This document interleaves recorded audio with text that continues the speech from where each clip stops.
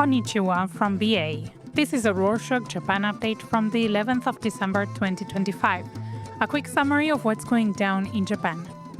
Kicking off this edition on Saturday the 6th, China's jet fighters aboard the carrier Liaoning twice locked radar beams onto jets of the Japan Self-Defense Force over international waters southeast of Okinawa Prefecture, southern Japan.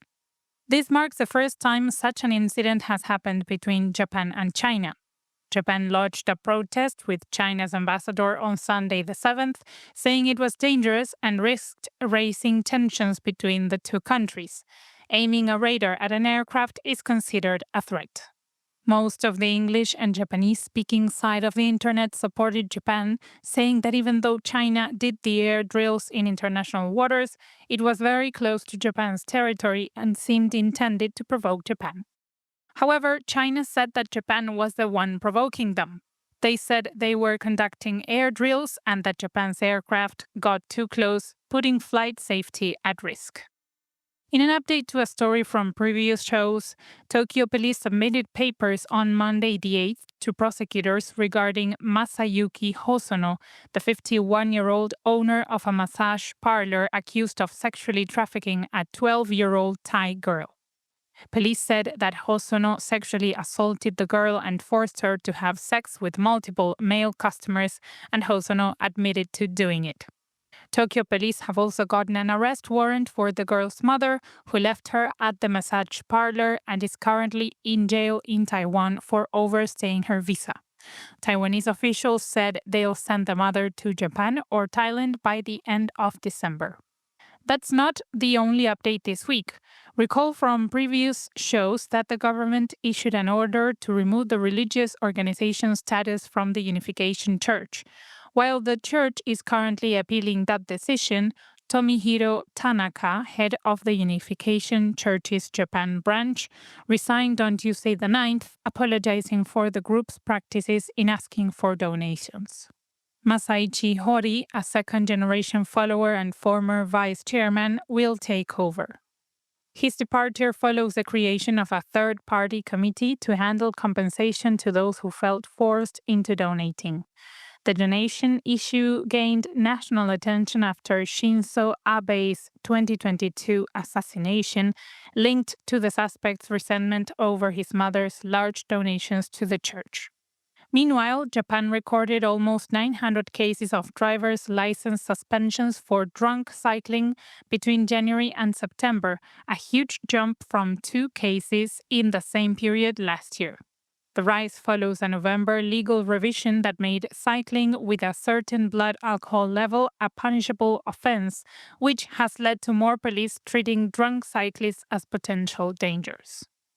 Suspensions now vary widely by prefecture, with Osaka in western Japan topping the list. Some local governments, such as Chiba Prefecture in eastern Japan, are imposing stricter penalties on employees caught drunk cycling.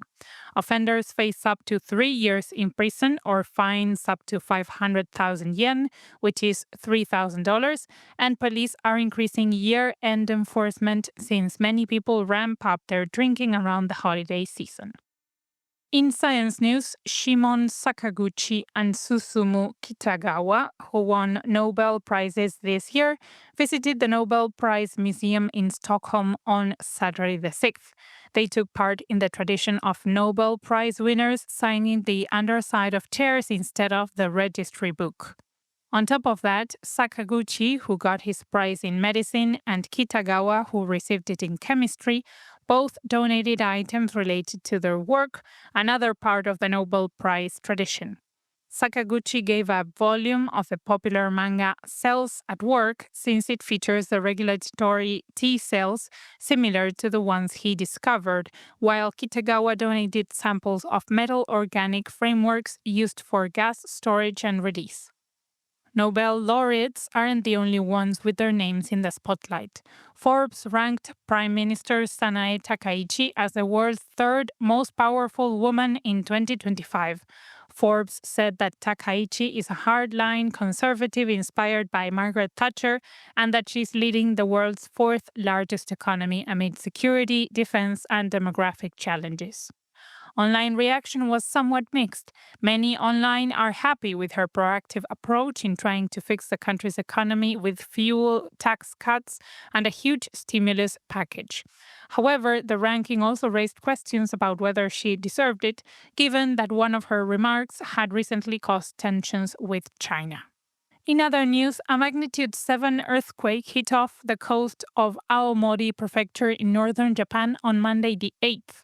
Parts of Aomori experienced magnitude 6 tremors that damaged buildings, including a 70-meter or 230-foot steel tower on top of the NTT Aomori Hachinohe building. The meteorological agency warned that another, even bigger earthquake might happen, which could cause the steel tower to collapse onto nearby buildings, so authorities ordered 48 households to evacuate. The tower is currently being fixed, but it will likely take about 3 weeks to be completely repaired. Officials also closed roads around the tower. In financial news, the economy shrank at an annualized 2.3% from July to September, which was worse than earlier estimates. Experts believe this happened mainly because of U.S. tariffs hitting exports hard and private home investments going down due to stricter building codes. While the U.S. lowered its tariff surcharge in September, the tariff on cars is still a challenge for many car companies. Speaking of policy changes, Nathaniel Reid, a British teacher who has been working in education in Japan for 16 years, wrote his thoughts on changes that need to happen in Japan's educational system. 11 of those years were spent as an assistant language teacher, or ALT, and he said that the role is often more of an afterthought, with schools shoving various duties onto ALTs, but not always giving them much choice in how lessons are structured or other educational matters. As Japan grows more diverse, Reid said the outdated ALT system needs clearer responsibilities, support, and recognition. The writer says that ALTs shine a spotlight on the gap between the desire to be culturally diverse and real inclusion, and that meaningful change in Japan's schools begins with everyday classroom relationships. You can check out the essay in full on the newspaper Mainichi's website, link in the show notes.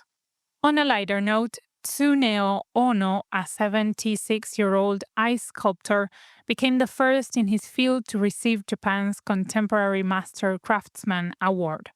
Even though he used to be a chef, he started making decorative ice sculptures for fancy parties in the 1970s and later became an instructor, teaching over 3,000 chefs over the years to carve ice. Ono created works for hotels, events, and commercials. However, demand for decorative ice sculptures has gone down since Japan's economic bubble in the 1990s, but he still gets orders sometimes, like when he did a live ice carving demonstration in Tokyo's Yoyogi Park in November. He also continues to hold monthly workshops aiming to pass on his techniques to the next generation. While we are talking about awards, the Golden Globes announced on Monday the 8th the nominations for the Best Motion Picture Award, and they included the newest Demon Slayer movie, which broke box office records in both Japan and the US. The winners will be announced next year on the 11th of January.